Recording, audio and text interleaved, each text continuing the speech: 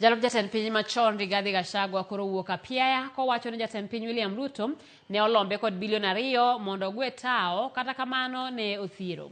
Gachagua wacho ni pach Ruto no ne okomore nikech onge ng'ama nyalo miyi mit bilie kagoli tich mondo odhi dala kadier nodwaro ne ber. Rigathi mane loso kod ute fwambo Nairobi okoni oken ng'at minyalo ng'iew kamano. Mage timore ka weche ne pilore ni Gachagua owuon mane dwaro bilion 8 kuom ombulu ka ombulu mane Ruto kuom ombulu mane Ruto yudo masawa mar Kenya. Mambo ya kwamba ati nikifukuzwa sitasimama kiti, hiyo haina maana kwangu. Unajua watu wanafikiria ati mimi ni mtu najipenda sana. Sio lazima nikuwe chochote katika hii Jamhuri ya Kenya.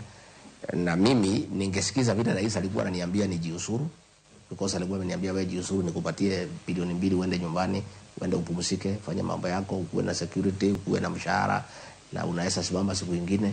Sasa nikajiuliza, yule anakupangia mabaya anaweza kukupatia suluhisho ya vile utaishi?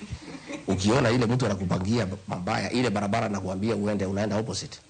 Kwa hivyo mimi sijipendi. Hata wabunge ya kwangu wengi sana wale wananiunga mkono walikuja kuniona kuniambia wewe jiuzuru ndio ukue upate nafasi ya kusimama. Nikasema hiyo ni kujipenda.